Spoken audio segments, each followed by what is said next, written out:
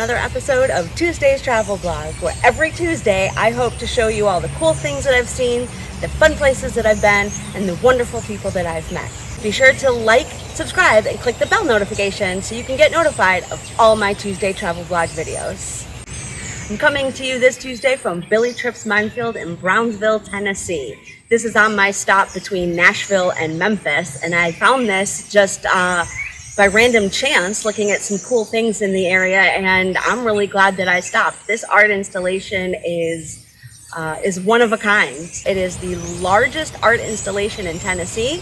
Some even say it might even be the largest art installation in the U.S. Let's take a look deeper into Billy Tripp's Mindfield. And to come into the installation, there's a look here for pen and paper. So let's go ahead and look inside and see what we have. Gives us a nice tour, a history of the Mindfield. It's the creation and life work of Brownsville artist Billy Tripp. The structure was begun in 1989 and will continue to evolve. Included in the network of steel are individual pieces representing various events and periods of Billy's life, especially the death of his father, Reverend Charles Tripp, in 2002. A water tower salvaged from a defunct factory in western Kentucky was dismantled, transported to Brownsville, and reconstructed single-handedly by the artist. Of course, I needed to tell them how much I appreciate it and where I'm from.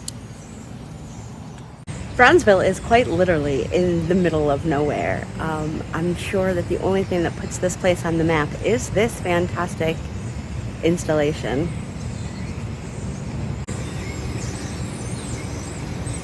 But you can see we've got a boat. We've got the remnants of the bottom of a tank. There's a silo in there. And the birds. The birds love it.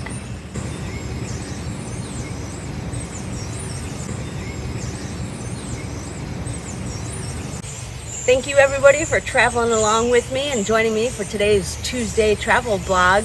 I will see you next Tuesday.